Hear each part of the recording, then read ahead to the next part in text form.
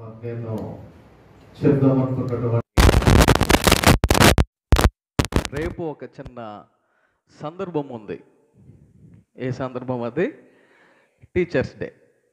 కాబట్టి teachers day సందర్భంగా అది యాక్చువల్గా ఈరోజు కాకపోయినా అది రేపటి రోజున ఉంది. దానిని అనుసరించి ఆ సందర్భంగా ఒక టీచర్ గురించి మరి దేవుని యొక్క వాక్యం ద్వారా మరి మనం ఏమి నేర్చుకోవాలో ఆ విషయాలు మరి చెప్పడానికి మరి నేను సిద్ధపడి ఉన్నాను. కాబట్టి ముందుగా అది రేపైనా మరి మన యొక్క మందిరములో ఉన్నటువంటి టీచర్స్ అందరికీ ముందుగా టీచర్స్ డే శుభాకాంక్షలు తెలియచేస్తూ మరి కొద్ది నిమిషాలు దేవుని యొక్క వాక్యంలో కొన్ని విషయాలు మనం ధ్యానం చేద్దాం. మత్తయి సువార్త 23వ అధ్యాయము. మత్తయి సువార్త 23వ అధ్యాయము. బయట ఇంకో మీటింగ్ జరుగుతుంది ఏంటి అబ్బాయిలు? రే బయట మిమ్మల్ని ఇంకో మీటింగ్ అని జరుగుతుంది ఏంటి బయట? నా మైండ్ మీ మీదకి వెళ్తుంది, చర్చల వాళ్ళ మీద కన్నా.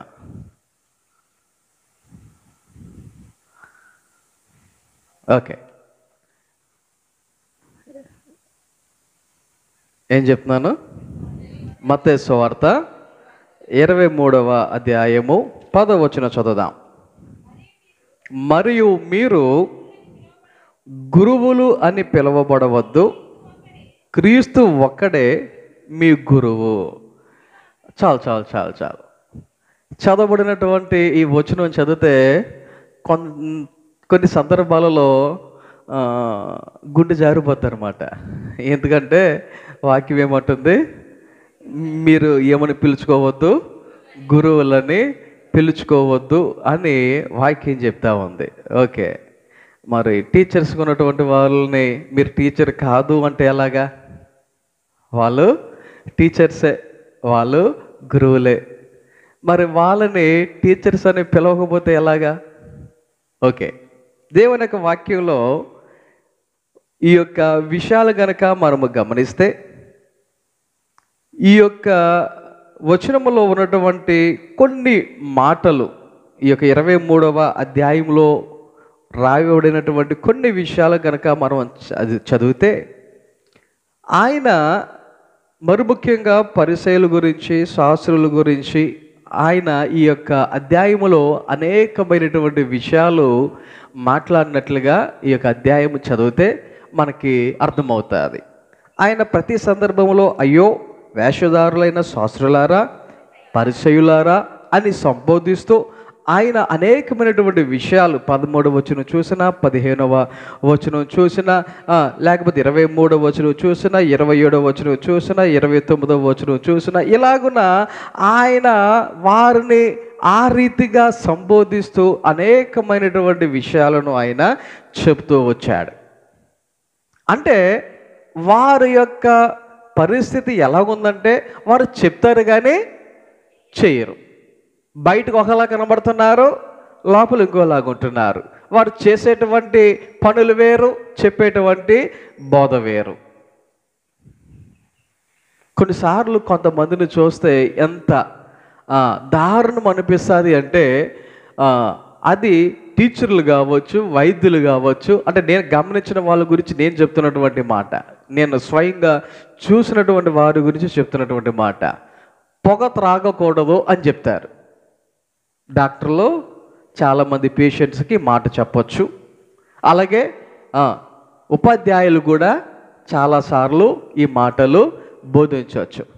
కానీ ఆశ్చర్యం, విచిత్రం ఏంటంటే చెప్పినటువంటి వీళ్ళే ఇంటర్వెల్లో పరిగెట్టుకుని బయటకు వచ్చేసి చెట్టు కిందో, స్కూల్ వెనకాలో ఎక్కడికో వెళ్ళిపోయి ఒక దమ్ పీకుతూ ఉంటారు. డాక్టర్లు కూడా అంతే, మీరు అలాగున చేయకూడదు అంటారు, కానీ వాళ్ళే కాలుస్తూ ఉంటారు. గమనించండి ఒకసారి. మరి వారు చెప్పేదేంటి, చేసేదేంటి? మాదిరి అనేది అక్కడ కనబడటం లేదు. మాదిరి అనేది అక్కడ కనబడటం లేదు. కాబట్టి ఇక్కడ ఆయన అంటే యేసయ్య అక్కడ ఉన్నటువంటి పరిసయ్యులను శాస్త్రులను ఇలాంటి వారిని చూచి ఆయన చెప్తున్నటువంటి మాట. ఇంకొక మాటలో మనం గమనిస్తే 7వ వచనం కనబడుతుంది కదా, సంత వీధులలో వందనములను మనుషుల చేత బోధకులని పిలువబడుటయు కోరుదురు. వారు ఏమని కోరుకుంటూ ఉన్నారంట? మమ్మలను ఇలా పిలవండి, అలా పిలవండి అని వారంతట వారే మమ్మల్ని పిలవండి అని కోరుకుంటున్నటువంటి విధానం. డాక్టర్ కాకపోయినా నన్ను డాక్టర్ అని పిలువు అన్నంత మాత్రం డాక్టర్ అయిపోతాడా? బోధకుడు కాకున్నంత మాత్రాన బోధకుడు అని పిలిస్తే బోధకుడు అయిపోతాడా? అవునా? ఇక్కడ వారు కావలసికల్లా ఏం చేస్తున్నారంట? మనుషులతో ఆ రీతిగా పిలిపించుకుంటూ ఉన్నారు అని దేవుని యొక్క వాక్యంలో మనము చదువుతున్నాం. అందుకని యేసయ్య చెప్తున్నటువంటి మాట ఏంటి అంటే, మీరైతే బోధకులని పిలవవద్దు, ఒకడే మీ బోధకుడు. మీరందరూ ఎవరు? సహోదరులు అని చెప్తూ, మరి భూమి మీద ఎవరికైనాను తండ్రి అని పేరు పెట్టవద్దు, ఒకడే మీ తండ్రి, ఆయన పరలోకమందు ఉన్నాడు. ఏ పేరు పెట్టవద్దంట? తండ్రి అని పేరు పెట్టవద్దు. కానీ విచిత్రం ఏంటంటే, కొన్నిసార్లు తెలిసి చేస్తారో తెలీదు, తెలియక చేస్తారో తెలీదు. కొంతమంది మరి విచిత్రమైనటువంటి పేర్లు పెడతా ఉంటారు. విచిత్రమైన పేరు అంటే అదేదో పేరు స్టైల్గా ఉందని నా ఉద్దేశం కాదు, కానీ ఒకడికి యేసు అని పేరు పెడతా ఉన్నారు. ఏం పెడుతున్నారు? యేసు అని పేరు పెడుతున్నారు. పిలిచే వాళ్ళు ఎలా పిలుస్తున్నారో తెలుసా? ఒరేయ్ యేసుగా ఇట్రా అంటున్నారు అనమాట. ఎంత దారుణం కదా! లేకపోతే ఫలానా వాళ్ళు ఎవరైనా వచ్చి ఫలానా యేసు ఎక్కడున్నాడు అంటే, ఆ యేసా అక్కడ ప్రాంతశాద్వరం ఉంటాడు, వెళ్ళి చూడండి అంటారు. ఎంత దారుణం కదా! భయంకరమైనటువంటి పరిస్థితులు అనమాట. కనీసం ఆ పేరుకి తగ్గట్టయినా ఆ వ్యక్తి జీవితం మారుతుందా ఉందే లేదే?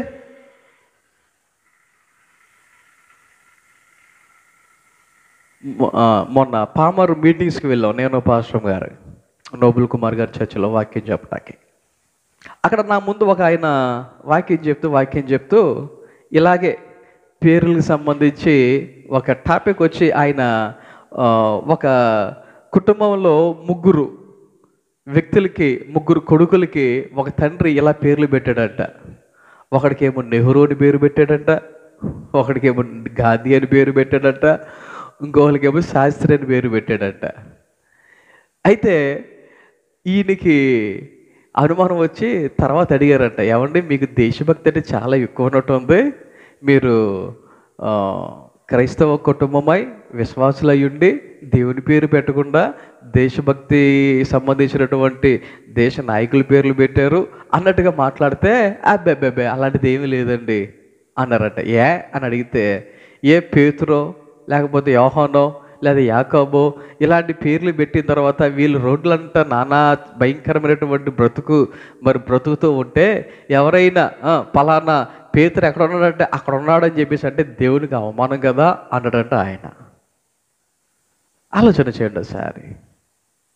కొన్నిసార్లు కొంతమంది పేర్లు భయంకరంగా పెడతా ఉంటారు. రాజమండ్రిలో 2-3 పేర్లు నేను చదివాను. ప్రభు పాన్ షాప్. ఏంటంటే ప్రభు పాన్ షాప్ అంట. మరి విచిత్రంగా కరుణామయుడు సెప్టిక్ ట్యాంక్ క్లీనర్ అని చెప్పేసి పెద్ద ట్యాంక్ మీద పెద్ద పేరు. అబ్బాబ్బా, అసలు ఆ పేర్లు ఎక్కడ దొరుకుతాయో ఏటో నాకు అర్థం కావట్లా. కరెక్ట్గా సెప్టిక్ ట్యాంక్ ఆ పేరే పెట్టాలా అన్నట్టుగా అనిపిస్తూ ఉంటుంది. మీరు ఎప్పుడో చూసారో లేదో, చాలాసార్లు మన ఊర్లో కూడా తిరిగింది ఆ ట్యాంకర్. ఎక్కడో కాదు, మన ఊర్లో కూడా తిరిగింది. ఆలోచన చేయండి. భయంకరంగా విచిత్రంగా, మరి అమాయకులనాలో ఏమో నాకు తెలియదు, కానీ ఇటువంటి పేర్లు చాలామంది పెట్టుకుంటూ ఉంటున్నారు. కానీ వాక్యం చెప్తా ఉంది, మీరు తండ్రి అని ఎవరు పేరు పెట్టవద్దు, ఒకడే మీ తండ్రి, ఆయన ఎక్కడున్నాడు? పరలోకమందున్నాడు అని చెప్తూ అప్పుడు చెప్తున్నమాట, మీరు గురువులని పిలువబడవద్దు, క్రీస్తు ఒక్కడే మీ గురువు. ఏంటంట? క్రీస్తు ఒక్కడే మీ గురువు. ఓకే, ఈ సమయంలో మరి మన టాపిక్లోకి వచ్చేద్దాం. గురువు అనేటువంటి టాపిక్ ఈరోజు నేను చెప్దాం అనుకున్నటువంటి వాక్యం. రేపు టీచర్స్ డే సందర్భంగా మరి ఆయన పేరేంటో తెలుసు కదా, సర్వేపల్లి రాధాకృష్ణన్ అనేటిది ఆయన యొక్క పేరు. ఆయన చాలా అంటే చాలా మరి జ్ఞాని, తత్వవేత్త అని చెప్పి ఆయన గురించి మనం చదువుతూ ఉంటాం, వింటూ ఉంటాం. ఆయన 1888 సంవత్సరంలో సెప్టెంబర్ 5న మరి ఆయన తమిళనాడు రాష్ట్రంలో జన్మించడం జరిగింది. ఆయన మరి మేధస్సుకు లేకపోతే ఆయన యొక్క టీచర్ బాధ్యతకు మరి చాలా అంటే చాలా బాగా నిర్వర్తించినటువంటి సందర్భంగా ఒకటి, ఆయనను మన దేశానికి 2వ రాష్ట్రపతిగా ఆయనను నియమించడం జరిగింది. 1962 సంవత్సరం నుంచి 1967 సంవత్సరం వరకు ఆయనను మరి మన దేశానికి రాష్ట్రపతిగా, 2వ రాష్ట్రపతిగా మరి ఆయనను నిలవబెట్టడం జరిగింది. అంత మాత్రమే కాదు, మరి 1962 సంవత్సరంలో మరి సెప్టెంబర్ 5వ తేదీన ఎస్పెషల్లీ మన భారతదేశానికి ఆయనను టీచర్స్ డేగా ఆయన యొక్క జన్మదినాన్ని డిక్లేర్ చేయడం కూడా జరిగింది. అలాగున 1962వ సంవత్సరం నుండి ఇప్పటి వరకు ఆ రోజున టీచర్స్ డేగా అనేక కార్యక్రమాలు ఆ రోజున చేస్తూ ఉంటారు. మేము బైబిల్ కాలేజీలో చదువుకుంటున్న రోజుల్లో ఈ టీచర్స్ డే సందర్భంగా ఒకసారి మా టీచర్స్ ఏం చేశారంటే, ఈరోజు టీచర్స్ డే, చిల్డ్రన్స్ డే మీరు చేస్తూ ఉంటారు కాబట్టి టీచర్స్ డే తరఫున మేము కూడా ఒక కార్యక్రమం చేస్తామన్నారు. ఏంటబ్బా కార్యక్రమం అంటే, ఆ రోజు మా అందరికీ భోజనాలు టీచర్స్ అందరు కలిపి వాళ్ళే వండారు. ఆ రోజు టీచర్స్ అందరు కలిపి వాళ్ళే భోజనాలు సిద్ధపరిచారు. ఆ తర్వాత మా అందరికి వాళ్ళే వడ్డించారు. మా అందరికీ వారే వడ్డించడం కూడా జరిగింది. అక్కడ వరకు బాగానే ఉంది. తినేసిన తర్వాత మా ప్లేట్లన్నీ వాళ్ళే, మా టీచర్సే అవన్నీ మేమే కడుగుతామని చెప్పి వాళ్ళే కడగడం జరిగింది. లాస్ట్కి ఆ యొక్క కార్యక్రమం అంతా అయిపోయిన తర్వాత క్లీనింగ్ సెక్షన్ కూడా మొత్తం అంతా మేమే చేస్తాం, మీరేం చేయొద్దు అని చెప్పి వారే చేయటం జరిగింది. మేము ఆశ్చర్యపోయాం, టీచర్స్ ఏంటి మాకు ఎలా చేయటం ఏంటి అని. ఆ తర్వాత మేము అర్థం చేసుకున్నది ఏంటంటే, మాకు ఎగ్జాంపుల్గా, మాకు ఒక మాదిరికరమైనటువంటి మరి విషయాన్ని చూపించడానికి గాను వారు ఆ రోజున అలా చేశారు అనేటువంటి విషయం మాకు అర్థమైనటువంటి పరిస్థితి. కాబట్టి మరి గురువు అనేటువంటి వాడు ఈ లోకములో అనేక మంది విద్యార్థులను ఏం చేస్తూ ఉంటాడు, తీర్చిదిద్దుతూ ఉంటారు. గురువులు ఏం చేస్తారు, విద్యార్థులను తీర్చిదిద్దుతూ ఉంటారు. వారు మంచిగా చదువులాగున, వారు మంచిగా చదివి ప్రయోజకులవి మంచి ఉద్యోగం సంపాదించాలి అని మరి జనరల్గా గురువులు, టీచర్స్ కోరుకుంటూ ఉంటారు. ఓకే, అయితే మరి దేవుని యొక్క వాక్య ప్రకారంగా ఈ రోజున ఒక విషయాన్ని మనము ధ్యానం చేద్దాం. అది ఏంటి అంటే, మరి నిజమైనటువంటి గురువు ఎవరు అని వాక్యం చెప్తుందంటే, క్రీస్తు ఒక్కడే మీ గురువు. లోకానుసారముగా ఈ లోకంలో అనేక మంది గురువులు ఉన్న, ఈ లోకంలో అనేక మంది గురువులు ఉన్న, ఆత్మీయంగా మనం ఆలోచన చేస్తే క్రీస్తు ఒకడే మనకు గురువు. అంటే దేవుని పిల్లలమైన మనకు, విశ్వాసులమైన మనకు, క్రైస్తవులమైన మనకు గురువు ఎవరు అంటే క్రీస్తే అనేటువంటి విషయాన్ని మనము గమనించవలసిన వారమై ఉన్నాం. అయితే మరి మన గురువు ఎలాంటి వాడు, ఈ గురువు ఎలాంటి వాడు? మన హై స్కూల్లో మరి టీచర్స్ గురించి చెప్పండి అంటే, పలానా టీచర్ గారు ఎలాగా, పలానా టీచర్ అలాగా అని వారి గురించి మనము కావలసినటువంటి విషయాలు, వారి యొక్క మరి జీవితంలో వారు ఎలాగైతే ఉంటున్నారో వారిని గురించినటువంటి కొన్ని విషయాలు మనము చెప్పవచ్చు. అయితే మరి దేవుని యొక్క వాక్య ప్రకారంగా ఈ రోజున క్రీస్తు మన గురువు అని మన వాక్యంలో చదువుతూ ఉన్నాం.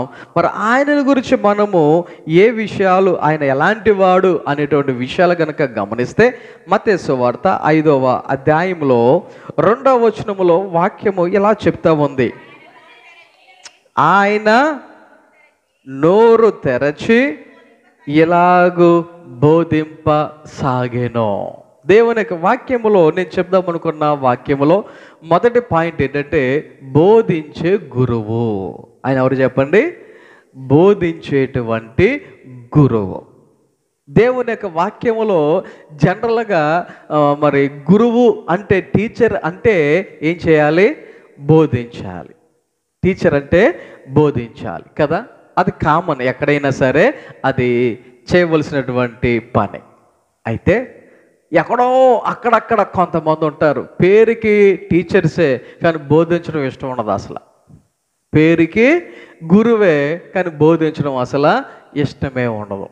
ఇప్పుడు చూసిన ఆఫీస్ వర్క్ చేయమంటే చెప్పండి నేను చేస్తాను, లేకపోతే అక్కడికి వెళ్ళి తీసుకురండి, ఇక్కడికి వెళ్ళి తీసుకురండి, అన్ని ప్రయాణం చేయమండి చెప్పండి చేస్తాను, అంతేగాని నన్ను బోధించమని మాత్రం అడగొద్దు అనేటువంటి వారు అక్కడక్కడ మనకి కనబడవచ్చు. నాకు తెలిసినటువంటి వాళ్ళు ఒకళ్ళిద్దరు ఉన్నారు ఇలాంటి పరిస్థితుల్లో ఉన్నటువంటి వాళ్ళు. గమనించండి, ఇక్కడ యేసయ్య గురించి చదువుతూ ఉన్నాం. ఆయన ఎవరు అంటే బోధించే గురువు. ఆయన ఎవరు చెప్పండి? బోధించే గురువు. అది కూడా ఆయన యొక్క బోధలు ఎలా ఉన్నాయి అనేటువంటి విషయాలు కనుక మనము దేవుని యొక్క వాక్యములు గమనిస్తే అనేక సందర్భాలలో యేసయ్య అనేకమైన ఉపమానాలు చెప్పినట్టుగా దేవుని యొక్క వాక్యాలలో మనకు తెలుసు. ఏం చెప్పేవారు? ఆయన ఉపమానాలు చెప్పేవారు. ఎందుకు చెప్పేవారు ఉపమానాలు? ప్రతి ఒక్కరూ ఈజీగా, సులువుగా అర్థం చేసుకోవాలి అనేటువంటి ఉద్దేశంతో కదా. కాబట్టి దేవుని యొక్క వాక్యాన్ని బట్టి మనం గమనిస్తే అందరికీ అర్థమయ్యేటట్లుగా బోధించేటువంటి బోధకుడు, గురువు అని యేసయ్యను గురించి మనము చెప్పవచ్చు. ఓకే, జనరల్గా ఒక గురువు, ఒక టీచర్గా ఉండాలి అంటే మరి ప్రస్తుతం మన దగ్గర ఉన్నటువంటి బేసిక్ ఎడ్యుకేషన్ ఏముండాలి? డిఈడియో, బిఈడియో ఖచ్చితంగా కంప్లీట్ చేసిన వారై ఉండాలి. ఇంతకుముందు బీఈడి చేత జాబ్ వచ్చేటువంటి అవకాశాలు ఉన్నాయి. మరి ఇప్పుడు బీఈడి అయిపోయినా మళ్ళీ ఇంకొక ఎగ్జామ్ పెట్టారు, ఏంటంట? టెట్ అంట. ఆ టెట్ ఎగ్జామ్లో పాస్ అయితే కుదరదు, ర్యాంకులు రావాలి. అలా వస్తేనే కానీ జాబులు వచ్చేటువంటి పరిస్థితులు లేవు. ఇవన్నీ మనకు తెలిసిందే. అయితే ఆ యొక్క బీఈడి అనేది ఎందుకు ఖచ్చితంగా చేశారు అంటే వారు ఎలా నేర్పించాలో, ఎలా బోధించాలో వారికి ట్రైనింగ్ అన్నట్టుగా మనందరికీ తెలుసు. మరి యేసయ్య బోధించారు కదా, మరి ఆయనకి ట్రైనర్ ఎవరు? ఆయన ఎక్కడ నేర్చుకున్నారు? దేవుని యొక్క వాక్యములో యోహాను సువార్త 15వ అధ్యాయము 15వ వచనం చదివితే అక్కడ వాక్యం ఇలా చెప్తోంది, దాసుడు తన యజమానుడు చేయు దానిని ఎరుగడు గనుక ఇక మిమ్మల్ని దాసులని పిలువక స్నేహితులని పిలుచుచున్నాను. ఎందుకనగా నేను నా తండ్రి వలన వినిన సంగతులన్నిటినీ మీకు తెలియజేసి తిని. వాక్యంలో ఆయన ఎక్కడ నేర్చుకుంటున్నారంట? ఎవరు చెప్తే ఆయన చెప్తా ఉన్నారంట? వాక్యం చెప్తా ఉంది స్పష్టముగా. తన తండ్రి దగ్గర ఏమైతే తెలుసుకున్నారో, తన తండ్రి దగ్గర ఏమైతే ఆయన నేర్చుకున్నాడో, ఆయన తండ్రి దగ్గర ఏదైతే విన్నాడో అవన్నీ నేను మీకు తెలియచేయుచున్నాను అని వాక్యములో మనకు తెలియచేస్తా ఉన్నారు. కాబట్టి దేవుని యొక్క వాక్య ప్రకారంగా ఆయన ఎవరు? బోధించే గురువు. ఆయన ఎవరు? బోధించే గురువు. రెండవదిగా ఇంకొక మాట మీకు చెప్పాలని ఆశపడుతున్నాను. మత్తయి సువార్త 11వ అధ్యాయము 29వ వచనం చదువుదాం, చూడండి. నేను సాత్వికుడను, దీన మనసు గలవాడను గనుక మీ మీద నా కాడి ఎత్తుకొని నా యొద్ద నేర్చుకొనుడి, అప్పుడు మీ ప్రాణములకు విశ్రాంతి దొరుకును. రెండవదిగా నేను చెప్దాం అనుకున్నటువంటి పాయింట్ ఏంటంటే, ఈ చదవబడిన వచనంలో ఉన్న మాట ప్రకారముగా ఆయన చెప్తున్నటువంటి మాట ఏమంటున్నారు? నా యొద్ద నేర్చుకొనుడి అని చెప్తా ఉన్నాడు యేసయ్య. ఏమంటున్నారు? నా యొద్ద నేర్చుకొనుడి అని ఆయన చెప్తా ఉన్నాడు. నా పాయింట్ ఏంటంటే, నేర్పించే గురువు ఎవరు చెప్పండి? ఈయన యేసయ్య ఎవరు? నేర్పించే గురువు. మొదటిది ఏం చెప్పాను? బోధించే గురువు అన్నాను కదా. బోధించడం వేరు, నేర్పించడం వేరు. బోధించడం వేరు, నేర్పించడం వేరు. బోధించడం అనేది మరి కొద్దిగా హయ్యర్ క్లాసెస్కి చెప్పేటువంటి విధానం. నేర్పించే విధానం అంటే లోయర్ క్లాసెస్. ఇప్పుడు ఎల్కేజీ స్టూడెంట్స్ ఉంటారు, వాళ్ళని కూర్చోబెట్టి బోర్డు మీద ABCD అని చెప్పి రాసేసి ABCD అంటే అయిపోయిందా? లేదా 1 2 3 4 అని రాసేసి ఇది 1 2 3 4 అంటే అయిపోయిందా? ఏం చేయాలి? పలక మీద రాసి అవసరమైతే వాళ్ళ చెయ్యిని టీచర్ పట్టుకుని A అని చెప్పి B అని చెప్పి ఏం చేస్తూ ఉండాలి? నేర్పించేవారుగా ఉండాలి కదా. అలా నేర్పిస్తే చిన్నపిల్లలు ఏం చేయగలుగుతారు? నేర్చుకోగలుగుతారు. అర్థమవుతుందా? కాబట్టి దేవుని యొక్క వాక్యంలో మనం చదువుతూ ఉన్నాం, ఈయన ఏమై ఉన్నారు? నేర్పించే గురువు. యోహాను సువార్త 13వ అధ్యాయములో, యోహాను సువార్త 13వ అధ్యాయము 14వ వచనం చూడండి.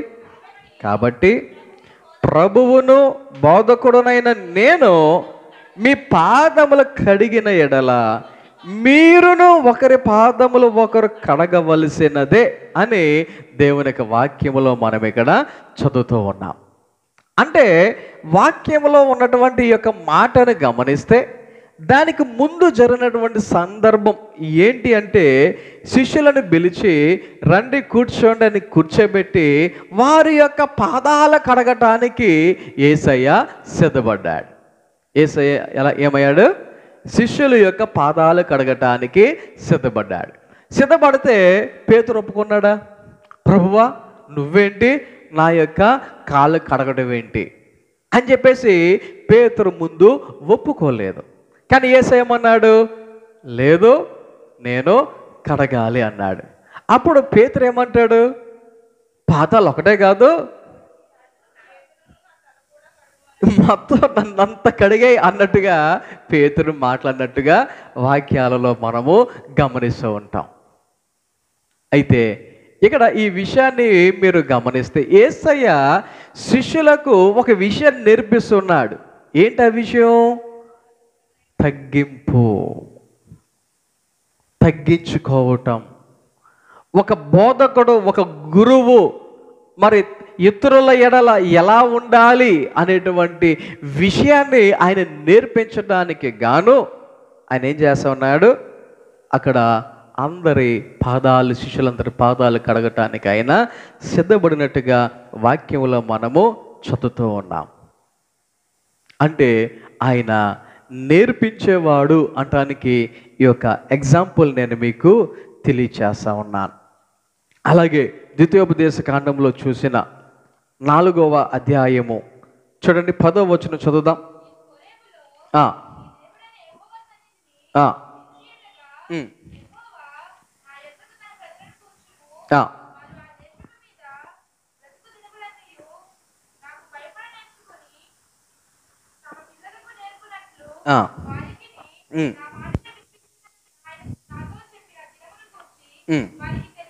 చాలు, దేవుని యొక్క వాక్యంలో చదువుతూ ఉన్నాము కదా. ఇక్కడ వాక్యములో దేవుడు చెప్తున్నటువంటి మాట, నా యొద్దకు ప్రజలను కూర్చుము. ప్రజలందరినీ నా దగ్గరికి తీసుకొచ్చి నా ఎదుట కూర్చోబెట్టు. ఎందుకు? వాక్యంలో చదువుతున్నాం కదా, ఆ దేశము మీద బ్రతుకు దినములన్నీ నాకు భయపడ నేర్చుకొని. యేసయ్య కొన్ని విషయాలు నేర్పించడానికి గాను, తండ్రి అయిన దేవుడు కొన్ని విషయాలు నేర్పించడానికి గాను నా ఎదుట వారిని కూర్చుండబెట్టుము అని ఆయన చెప్తా ఉన్నారు. వాళ్ళు నేర్చుకోవటం మాత్రమే కాదు, ఇంకా వాళ్ళు ఏం చేయాలంట, తమ పిల్లలకు నేర్పునట్లు వారికి నా మాటలను వినిపించెదను.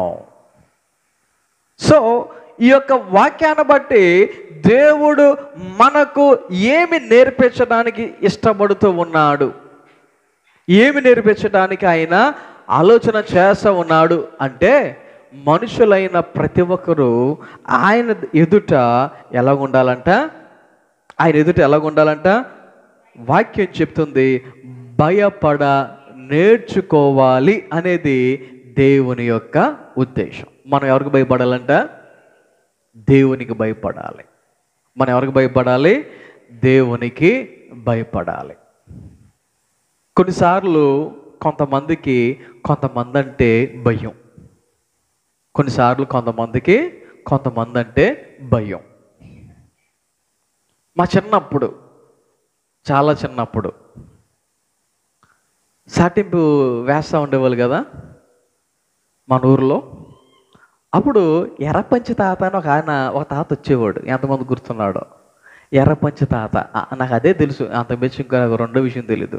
ఆయన కొంచెం మీసాలు ఎలా ఉండే, ఆయనకి మీసాలు కొద్దిగా అలా ఉండే. అంతకుముందు ఎవరు సాటింపు వేసినా పెద్ద కంగారు పడేవారు కాదు. కానీ ఆ తాత వచ్చాడంటే మా లిల్లీకి ఎంత భయమో. చాటింపు ఏం మాట్లాడు, ఏమండు, రోడ్డు మీద వెళ్తా ఉంటాడు.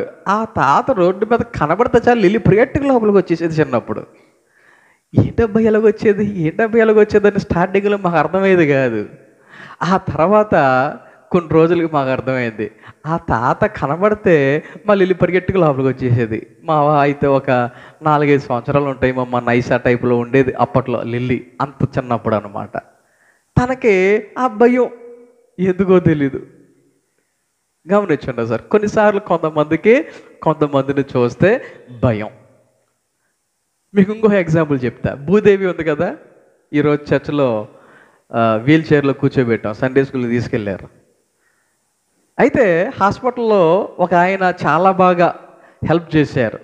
భూదేవి విషయంలో ఒక ఆయన చాలా బాగా హెల్ప్ చేశారు. ఆయన పేరు భానుచందర్. చాలా అంటే చాలా హెల్ప్ చేశారు. భూదేవికి బొమ్మలు తీసుకొచ్చారు, బట్టలు కొనుక్కొచ్చారు, ఫ్రూట్స్, స్నాక్స్, మామూలుగా కాదు, చాలా రకాలుగా ఆయన హెల్ప్ చేశారు. విచిత్రం ఏంటంటే, ఆయన చూస్తే భూదేవి బిగుసుకుపోయేది. కనీసం ఇలా నవ్వు కూడా నవ్వలేదు ఆ అమ్మాయి. కనీసం చిన్న స్మైల్ కూడా ఇవ్వలేకపోయింది. ఆలోచన చేయండి ఒకసారి. ఆయన భూదేవి ఫోటో ఆయన వాట్సాప్ స్టేటస్లో పెట్టుకుంటే, ఆయన స్టేటస్ చూసి ఆయనకి తెలిసిన వారు అనేక మంది భూదేవిని చూడటానికి హాస్పిటల్కి వచ్చారు, సహాయం చేయటానికి ముందుకు వచ్చేవారు. అయితే ఆయనను ఒక్కసారి అలా ముఖాన్ని చూసేది కాదు, ఒక చిన్న నవ్వు నవ్వేది కాదు. ఆయన ఇచ్చేయన్నీ తీసుకునేది. అంటే ఆయనకి మీసాలు పెద్దగా ఉన్నాయి, అంతే. ఇంక రెండు కారణం వెళ్ళదు. మళ్ళీ ఆయన వెళ్ళిపోయిన తర్వాత నవ్వుకుంటూ ఉండేది, ఆయన వెళ్ళిపోయిన తర్వాత ఆడుకుంటూ ఉండేది. ఆయన వస్తే మాత్రం గప్చిప్, ఏదో దొంగ పోలీస్ ఆట ఆడుతున్నప్పుడు ఎక్కడ దొంగలు గప్చిప్ అంటే ఇంకా కామ్గా మాట్లాడకుండా ఉంటారు చూడు, అలాంటి పొజిషన్లోకి వెళ్ళిపోయేది. గమనించండి ఒకసారి. కొన్నిసార్లు కొంతమందిని చూస్తే భయం అనిపిస్తూ ఉంటుంది కదా. అయితే వాక్యం ఏం చెప్తుందంటే, మనం ఎవరికి భయపడాలంట, దేవునికి భయపడ నేర్చుకోవాలి. మనం ఏం నేర్చుకోవాలి, దేవునికి భయపడటం నేర్చుకోవాలి. మనం నేర్చుకోవటమే కాదు, మన పిల్లలకు కూడా ఏం చేయాలి, దేవునికి భయపడటం నేర్పించాలి అని దేవుని యొక్క వాక్యం స్పష్టంగా మనకి తెలియచేస్తూ ఉంది. ఆ తర్వాత మూడవదిగా మనము ఆలోచన చేస్తే, దేవుడు ఒకటి బోధించేవాడని చెప్పాను, రెండవదిగా నేర్పించేవాడని చెప్పాను. దేవుడు చాలా విషయాలు నేర్పిస్తాడు. చాలా విషయాలు నేర్పించాడు. ఎలా ప్రేమించాలో నేర్పించాడు, ఎలా క్షమించాలో నేర్పించాడు, లేకపోతే ఏ రీతిగా నడుచుకోవాలో నేర్పించాడు. అలాగని అనేక విషయాలు ఆయన మనకు నేర్పించిన వాడుగా ఉన్నాడు. మూడవదిగా ఆలోచన చేస్తే మత్తయి సువార్త 2వ అధ్యాయము 12వ వచనంలో మనం చదివితే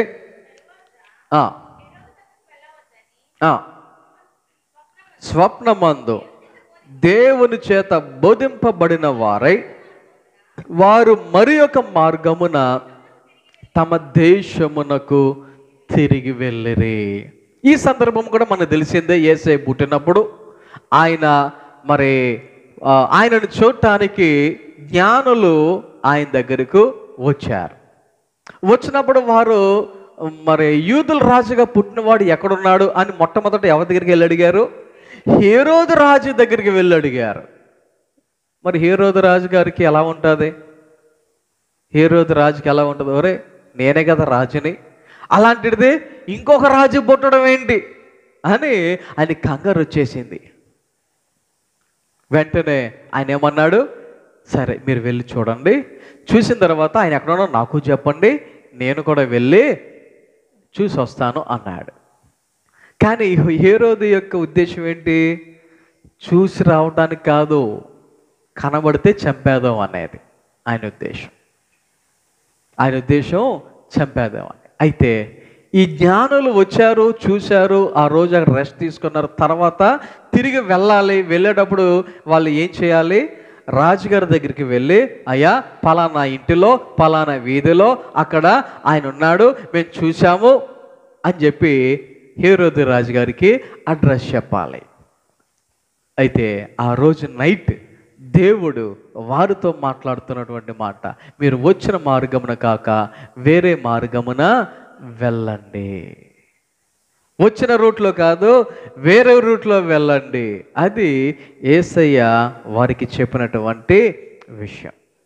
ఆ మాటను బట్టి వీళ్ళు ఏం చేశారు? ఇప్పుడు వేరే మార్గమున ప్రయాణమై వెళ్ళినట్లుగా వాక్యంలో మనము చదువుతూ ఉన్నాం. ఓకే, అంటే ఇక్కడ యేసయ్య వారికి ఏమి నేర్పించాడు, ఏం చెప్పాడు అనేటువంటి విషయాన్ని గమనిస్తే, మీరు వచ్చిన మార్గంలో కాదు వేరే మార్గంలో వెళ్ళండి అనేటువంటి విషయాన్ని ఆయన తెలియచేసినట్లుగా మనము చదువుతూ ఉన్నాం. అంటే మనం ఎలా నడుచుకోవాలి అనేది నేర్పించేవాడు. ఏంటంట? మనం ఎలా నడుచుకోవాలో నేర్పించే దేవుడు. దానికి ఇంకొక అర్థం వచ్చేటటువంటి మాట చెప్పాలి అంటే, క్రమశిక్షణలో నడిపించే దేవుడు. ఎవరు చెప్పండి? క్రమశిక్షణలో నడిపించే దేవుడు, లేకపోతే క్రమశిక్షణను నేర్పించేవాడు. ఇప్పుడు స్కూల్లో టీచర్స్ కేవలం వారు బోధ ఒక్కటే చేస్తారా, లెసన్స్ ఒకటే చెప్తారా అంటే, లెసన్స్తో పాటు క్రమశిక్షణను కూడా వారు ఖచ్చితంగా నేర్పిస్తూ ఉంటారు, నో డౌట్ కదా. అలాగే యేసయ్య కూడా ఏం నేర్పించేవాడు? క్రమశిక్షణను నేర్పించేవాడు. యోహాను సువార్త 2వ అధ్యాయము 15వ వచనంలో చదివితే, యోహాను సువార్త 2వ అధ్యాయం 15వ వచనం, 14వ వచనం చదువుదాం. ఎడ్లను గొర్రెలను పావురములను అమ్మువారును రోకలు మార్చువారును కూర్చుండుట చూచి త్రాళ్ళతో కొరడాలు చేసి గొర్రెలను ఎడ్లన్నిటినీ దేవాలయములో నుండి తోలివేసి రోకలు మార్చువారి రోకలు చల్లివేసి వారి బల్లలు పడద్రోసి పావురములు అమ్మేవారితో, వీటిని ఇక్కడ నుండి తీసుకుని పోండి, నా తండ్రి ఇల్లు వ్యాపారపు ఇల్లుగా చేయుకుడని చెప్పాను. యేసయ్య దేవాలయములోనికి వెళ్ళి, యెరూషలేములో ఉన్నటువంటి దేవాలయమునకు వెళ్ళి ఆయన ఏం చేశారు అనేటువంటి విషయాలు ఇక్కడ వాక్యాలలో మనము చదువుతూ ఉన్నాం. ఏంటి ఆయన ఎందుకు అలా చేశాడు అంటే, దేవాలయమును దేవాలయముగానే ఉంచండి, నా తండ్రి ఇంటిని తండ్రి ఇంటిగానే ఉంచండి, అంతేగాని ఎలా చేయొద్దు? వ్యాపారపు ఇల్లుగా చేయవద్దు అని ఆయన చెప్పినట్టుగా దేవుని యొక్క వాక్యములో మనం ఇక్కడ చదువుతూ ఉన్నాం. అంటే దేవుని యొక్క వాక్య ప్రకారంగా ఆయన సెటరేట్ చేస్తూ ఉన్నాడు. ఎక్కడెక్కడైతే పాడైపోయినటువంటి పరిస్థితులు ఉన్నాయో, ఎక్కడైతే చెదిరిపోయిన పరిస్థితులు ఉన్నాయో, ఎక్కడైతే తప్పిపోయిన పరిస్థితులు ఉన్నాయో అక్కడ ఆయన ఏం చేస్తూ ఉన్నాడు అనమాట, సెట్ రైట్ చేస్తూ ఉన్నట్లుగా దేవుని యొక్క వాక్యంలో మనం ఇక్కడ చదువుతూ ఉన్నాం. సో మన బోధకుడు లేదా మన గురువు ఎలాంటి వాడు అంటే క్రమశిక్షణను నేర్పించేవాడు. లేకపోతే మన యొక్క జీవితంలో మనము నడవవలసిన మార్గంలో నడవకపోతే ఏ మార్గంలో నడిపించాలో చెప్పే బోధకుడు గురువు అని దేవుని యొక్క వాక్యాన్ని బట్టి నేను మీకు తెలియచేస్తా ఉన్నాను. ఆ తర్వాత మరొక విషయాన్ని మనం చదివితే కొరింథీయులకు రాసిన మొదటి పత్రిక 8వ అధ్యాయము, కొరింథీయులకు రాసిన మొదటి పత్రిక 8వ అధ్యాయము 3వ వచనం చదువుదాం. చూడండి, ఒకడు దేవుని ప్రేమించిన ఎడల అతడు దేవునికి ఎరుకైన వాడే. అంటే గుర్తుండేవాడు, తెలిసినవాడు అనేటువంటి అర్థాన్ని ఇక్కడ మనకి ఇస్తా ఉంది. దేవునికి అందరూ కూడా ఎవరంట, గుర్తున్నవారే. జనరల్గా టీచర్స్గా మరి వారు స్కూల్లో టీచింగ్ చేస్తూ ఉన్నప్పుడు పిల్లలు పెద్దవాళ్ళైన తర్వాత కొంతమంది మాత్రమే గుర్తుంటారు, కొన్ని పేర్లు మాత్రమే గుర్తుంటాయి. అందరి పేర్లు గుర్తుంటాయా? అందరి పేర్లు గుర్తుంటాయా? కొంతమంది పేర్లు మాత్రమే గుర్తుంటాయి. అయితే బాగా చదివిన వాడై ఉండాలి, లేకపోతే వాడంత దరిద్రుడు కాకుండా ఉండాలి. అలాంటి పేర్లే గుర్తుంటాయి జనరల్గా కదా. చిన్నపిల్లలు ఒకవేళ ఏ డిగ్రీలోనో లేకపోతే బీఈడీలోనో అయితే అప్పుడు వాళ్ళు పెద్దవాళ్ళు కాబట్టి వాళ్ళ ఫేసెస్ ఇంకా మ్యాక్సిమం అలాగే ఉంటాయి కాబట్టి గుర్తుపట్టచ్చు. 1వ తరగతిలో చదివినటువంటి కుర్రోడు 10వ తరగతికి వచ్చేసరికి మొహం చాలా రకాలుగా మారిపోద్ది కదా. 10 సంవత్సరాలకే గుర్తుపట్టలేని పరిస్థితి. కొంతమంది ఉపాధ్యాయులు కొంతమందిని మాత్రమే గుర్తుపెట్టుకోగలుగుతారు. కానీ యేసయ్య అనేటువంటి గురువు ప్రతి ఒక్కరూ ఆయనకు గుర్తే, అంటే గుర్తుపెట్టుకునే గురువు అని దేవుని యొక్క వాక్యాన్ని బట్టి నేను మీకు తెలియచేస్తా ఉన్నాను. ఆ తర్వాత ఇంకొక వచనం చదువుదాం. పేతురు రాసిన మొదటి పత్రిక 1వ అధ్యాయం, పేతురు రాసిన మొదటి పత్రిక 1వ అధ్యాయం 17వ వచనం చదువుదాం. చూడండి, పక్షపాతము లేకుండా క్రియలను బట్టి ప్రతివానిని తీర్పు తీర్చువాడు తండ్రి అని మీరు ఆయనకు ప్రార్థన చేస్తున్నారు గనుక. చూడండి, దేవుని యొక్క వాక్యములో మరి మన గురువు గురించి చదువుతూ ఉన్నాం, ఆయన గురించి తెలుసుకుంటూ ఉన్నాం. ఆయన ఎటువంటి గురువు అంటే పక్షపాతము లేనటువంటి గురువు, పక్షపాతము చూపించినటువంటి గురువు అని దేవుని యొక్క వాక్యాన్ని బట్టి మనము గమనించవలసిన వారమై ఉన్నాం. ఆయన ఏం చేస్తున్నాడంట, పక్షపాతము లేకుండా క్రియలను బట్టి ప్రతివానిని ఏం చేస్తా ఉన్నాడు, తీర్పు తీర్చువాడు. అది ఎవరైనా కొన్నిసార్లు ఈ లోకానుసారమైనటువంటి గురువులైతే మనిషిని బట్టి ఏం చేస్తూ ఉంటారు, వీడు బాగా చదివేవాడు అనేటువంటి విషయం తెలిసిందంటే వాడు రాసిన లైన్లు బట్టి ఓకే మొత్తం చదవరు, ఒక టిక్ పెట్టడం మార్కేసేయటం, టిక్ పెట్టడం మార్కేసేయటం. ఏంటంటే వాళ్ళకి కాన్ఫిడెంట్ ఏమని, వీడు బాగా చదివేటువంటి వాడు అని. అదే అసలు చదవనటువంటి వాడైతే ఒకవేళ వాడే 4 లైన్లు కరెక్ట్గా రాసేసిన టీచర్కి ఫస్ట్ వచ్చే ఆలోచన ఏంటి, చూసి రాసేసాడేమో, పక్కన దాంట్లో రాసేసాడేమో, లేకపోతే చిట్టి పెట్టి రాసేసాడేమో అని అనుకుంటారు. వాడు నిజంగా చదువు రాసినా సరే, అవునా? అంటే ఈ లోకానుసారమైనటువంటి గురువులు వ్యక్తిత్వాన్ని బట్టి, మనిషిని బట్టి మనం కొన్నిసార్లు ఆలోచనలు చేస్తూ ఉంటాం. అయితే వాక్యములో యేసయ్య ఎలాంటి వాడు అని వాక్యం చెప్తుందంటే, ఆయన పక్షపాతము లేకుండా, ఏం లేదు ఆయనకు, పక్షపాతము లేదు. పరిశుద్ధుడని లేదు, పాపి అని లేదు, లేకపోతే జ్ఞాని అని లేదు, అజ్ఞాని అని లేదు, అపవిత్రుడని లేదు, నీతిమంతుడు అని లేదు.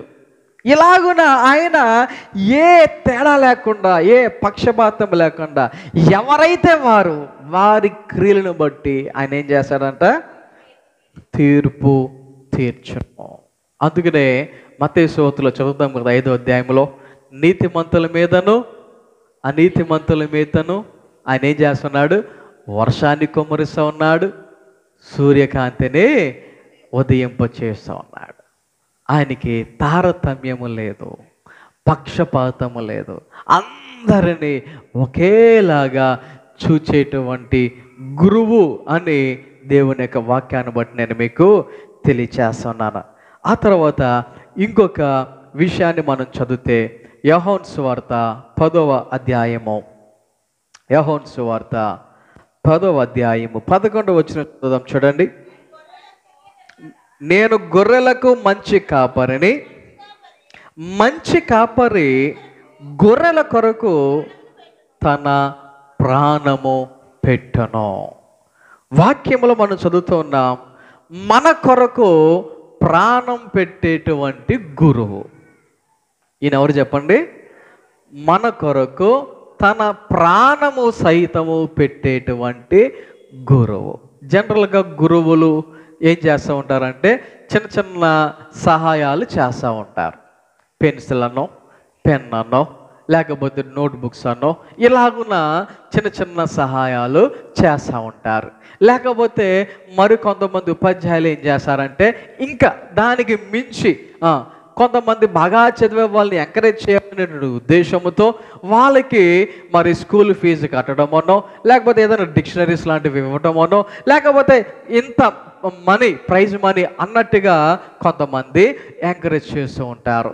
లేకపోతే మరి కొంతమంది ఉపాధ్యాయులు ఏం చేస్తారంటే వాళ్ళు పనిచేస్తున్న స్కూల్కి ఉపయోగపడేటువంటి వస్తువులు ఏమైనా కొనేటువంటి పరిస్థితులు మరి కొంతమంది చేస్తూ ఉంటారు.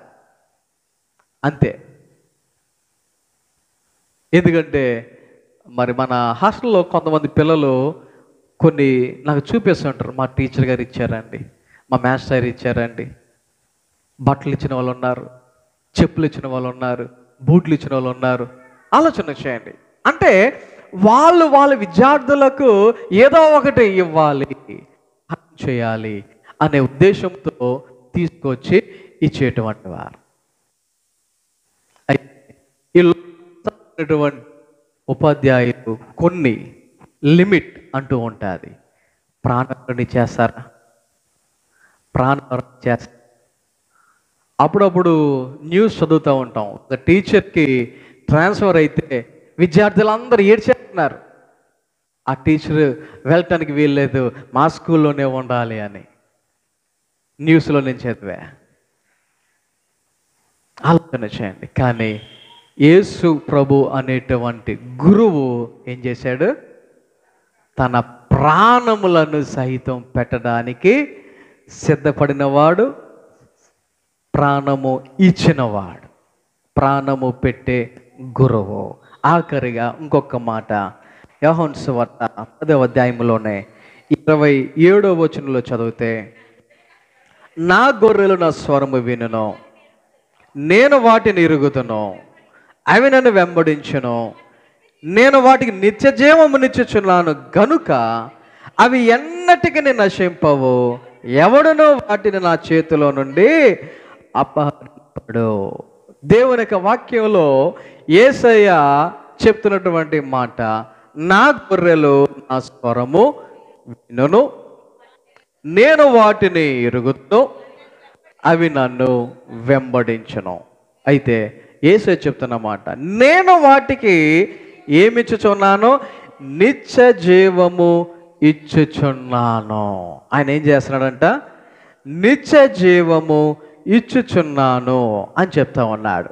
అంటే ఈ లోకానుసారమైనటువంటి గురువుల యొక్క మరి బాధ్యత ఎంతవరకు అంటే వాళ్ళకి చదువు చెప్పేటంత వరకు కొంతమంది బాధ్యత తీసుకుంటారు, మరికొంతమంది అయితే ఉద్యోగం వచ్చేటంత వరకు కొంతమంది బాధ్యత తీర్చుకుంటూ ఉంటారు, లేకపోతే ప్రయోజనం అయ్యేటంత వరకు కొంతమంది బాధ్యత తీసుకుంటూ ఉంటారు. కానీ యేసయ్య ఒక గురువుగా ఆయన బాధ్యత ఎంతవరకు అంటే మనలను పరలోకము చేర్చే వరకు, లేకపోతే నిత్య జీవమునకు వచ్చే వరకు అని వాక్యములో మనం ఇక్కడ చదువుతూ ఉన్నాం.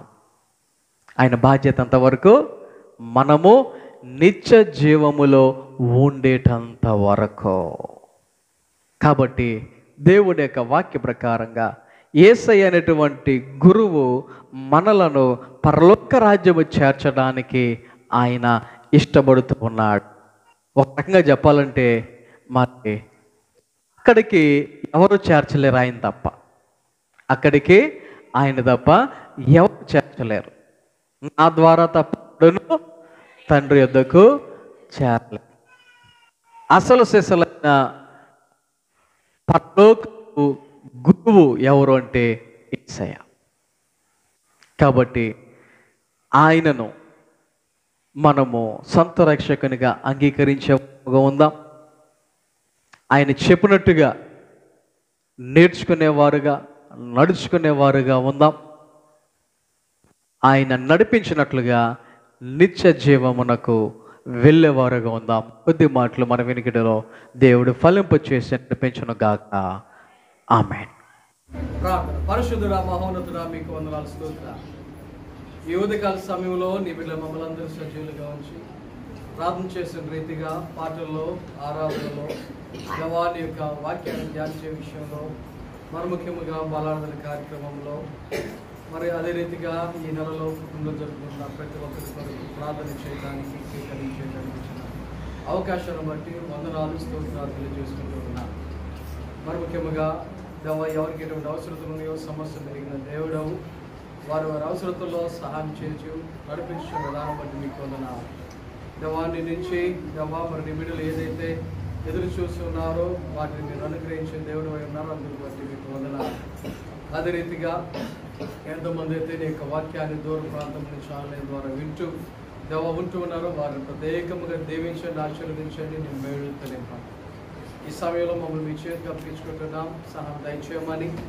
మరి ముఖ్యంగా దేవా ఈ వారంలో జరగబోయే పని పాటల్లో ప్రయాణాల్లో ఆరోగ్య విషయాల్లో దేవాన్ని ప్రత్యేకమైన సహాయం అందరి మీద ఉంచి వాతావరణంలో ఉన్నటువంటి మార్పుల వల్ల ఎవరికి ఎటువంటి బలహీనత రాకుండా ప్రత్యేకమైన కాపుదల మా అందరి మీద ఉంచి సహాయం చేసి నడిపించున్నాం. మమ్మల్ని అందరూ మీ చేతికి అప్పగించుకుంటాం, మీరే సహాయం చేసి నడిపించున్నాం. యేసు నామమున ప్రార్థన చేస్తున్నాము తండ్రి, ఆమేన్.